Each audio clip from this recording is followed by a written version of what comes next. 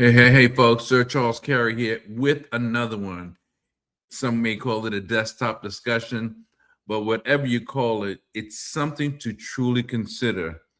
And my question and my statement for today with this episode is, do you get compromised or do you compromise your own self intentionally or by default? Do you compromise yourself? I mean, that's something to really consider, to really think about. I think sometimes people do things and they don't mean to do them, but there's a whole lot of other times that we do things and we know exactly what we're doing it and what we're doing, and we do it under the guise of, oh, I didn't realize, oh, my bad, it was a mistake, or that's not how I meant it. And I get that. I believe those times happen and those times are very real. But I also know that some people are so uncomfortable with themselves and some people are so much followers that they compromise themselves in a situation by situation basis. And, when you think about it, personally or professionally, actually, maybe even recreationally and possibly spiritually, we compromise ourselves. Now, it's bad enough that you can be compromised by others with whatever their agenda is, whatever their intentions are.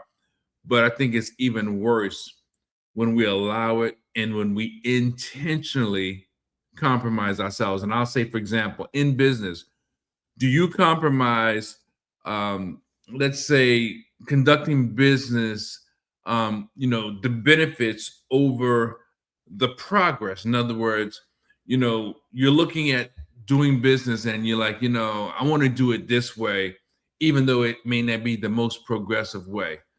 Have you ever considered how that looks? Do you ever feel once that decision is made, do you ever feel that you should not have done things that way? And do you realize the results of doing things that way versus possibly doing them in a better way, in a better fashion? Conducting business to benefit profit over progress.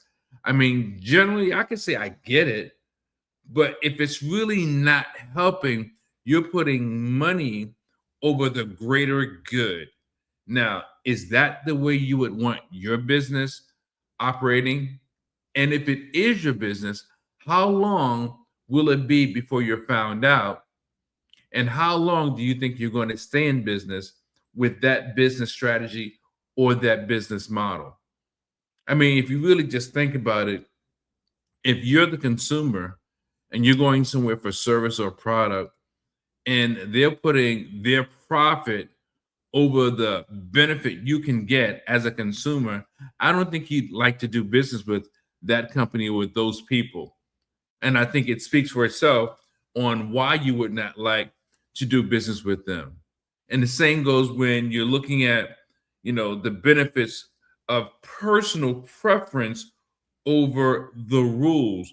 If things were designed to be a certain way, whether it's the machinery, the general process, if things were supposed to be a certain way, they were outlined to operate in a certain fashion, and you say to yourself, nah, I want to do it this way. Now you're going against the grain because that's what you want to do, but that's not how it's supposed to do. And it reminds me of when I was in network marketing. Now, the whole premise in network marketing is you teach something that's teachable.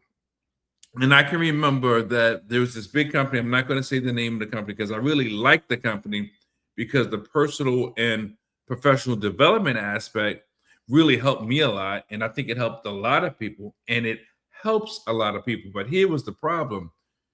There was a format or a process. You do one thing first, the next part second, and the next part third, right?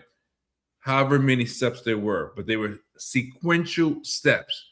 And at one point, one chapter, or if it's a, how would you say it, franchise, right? One franchise, because they were all over the country, and they're in several countries now. One chapter or one franchise would do things one way, and another would do things slightly different. And yet another may do things differently, and you may not even have any idea what the other franchises or what's happening in the other cities, in the other states, which to me begs the uniformity problem. Because when you go into McDonald's, where are the fries? I believe the fries are on the left, right? Where are the shakes? Right behind the counter, right? And so on and so on. So everything is placed in the franchise in a very specific way, so that whatever franchise in McDonald's that you go to, the layout is the same. So when it came to this company, things were done differently from franchise to franchise, but that's not how it was designed. And for me, that was a problem because I was training my team to do things the way the owners or the creators of the organization said it should be done. And yet, there were other franchises not too far away doing things somewhat different, slightly different, or just totally different. And it takes away from the integrity of how the company was built. And I just thought that that was a big turnoff, a big no-no for me. In fact, because of things like that and other similar things that deviated from the process, it made me disenfranchised with the organization. And it turned on the light to allow me to really look at, did I want to stay there? And what was it that I really wanted to do? And from that point, I started to slowly disassociate myself and started to really focus on what I wanted, which was keynote speaking, workshops, becoming an author. I didn't know that I would be an author, but so it went for me doing other things. And that's the same thing when I talk about compromising your beliefs, if it's by default or if it's intentional. Sometimes you have to realize that you may not be the sharpest tool in the shed. And I know people like me might have a problem with that because I do think I know everything.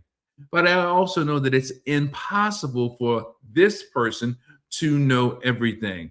So I am humble enough to sometimes put my ego, my pride, and my ego to the side, providing that the person or people that I'm around can teach me something and I can learn versus trying to impose my way on other people, because everyone does not dance to the same drum or the same beat of music. In fact, that's somewhat the beauty of music, that it's different and that it can be different. Why is it that people call me when I'm trying to do things, right? That's just life. That's how things go.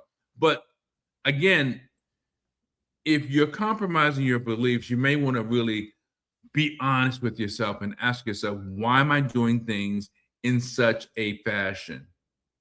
And one of the last things before I go, I'll say is this: even in and on a personal level, if you're befriending someone that you don't really get along with or that you don't really like, why are you compromising your beliefs to be in the presence of someone that rubs you the wrong way, that doesn't have your best interests in mind, that does things totally opposite or opposed to your belief system, maybe your spiritual beliefs, and maybe other things? Why would you put yourself in that position versus realizing, you know what? Rather than take a chance at having a problem and I already know where this person is coming from, allow me to stick to my own path. Let me do things in the way that I know that work best for me. Now, here's another thing. Sometimes people feel, well, I've known them a long time. It's okay. I can take it. But if it rubs your spirit wrong, why would you still put yourself in that position? Why take a chance? Now, if you're the kind of person that you don't mind the possibility of conflict, do what you do. But I know for me, I'd rather be alone wanting someone to be around me than taking a chance of being around someone that has caused me problems or caused me heartache or confusion on multiple occasions. and it's just a matter of time that it's going to happen again. So, you know, even using that same example, let me just add this to it. If everyone you knew that you were really close with were no longer here, they were no longer around for whatever reason, and definitely gone, would you think it made sense to actually say, you know what? All my best friends and family are gone. I know this person over here doesn't like me and they cause me problems, but I've known them a long time. Let me put my guard down and be with them and spend time with them and befriend them. Now, again, I wouldn't, but would you? And is it worth that risk for you, to you? So the thing is, your beliefs should not be something that you gamble with. If you can learn, by all means, do so. If you can learn that your beliefs are off, your thinking is off, it's questionable, by all means, learn to be a better version of you. Learn how to maybe reestablish or reassess your beliefs so that you can have a better outlook. And the same with your philosophy. If you've always thought a certain way about some things and you've learned that, wow, it's not what I thought it was. What did Maya Angelou said? When someone shows you who they are, believe them the first time. So if you're learning something from someone that you've been opposed to, sure, learn that thing and readjust, recalibrate, reassemble so that you can get the best out of, that interaction and out of your life. And finally, even spiritually, you know, I believe that people divide and conquer or attempt to divide and conquer a lot. And you should never stop growing. And if you can grow, even when you get older, allow yourself the opportunity to do just that. Be open to grow, to reposition yourself so that you can get and become the best version of you. My information is at the bottom of the screen. Please like, share, and hit the bell so that you can be notified when I put up a new topic. Every episode is different, but it's all surrounding personal and professional development. And I'd like to get your input and I'd like to get to know you better. Please subscribe again and share with someone that can benefit from the same message that you do. And, I always say it's always important when you can radiate the brain and change the game. I'll talk to you next time.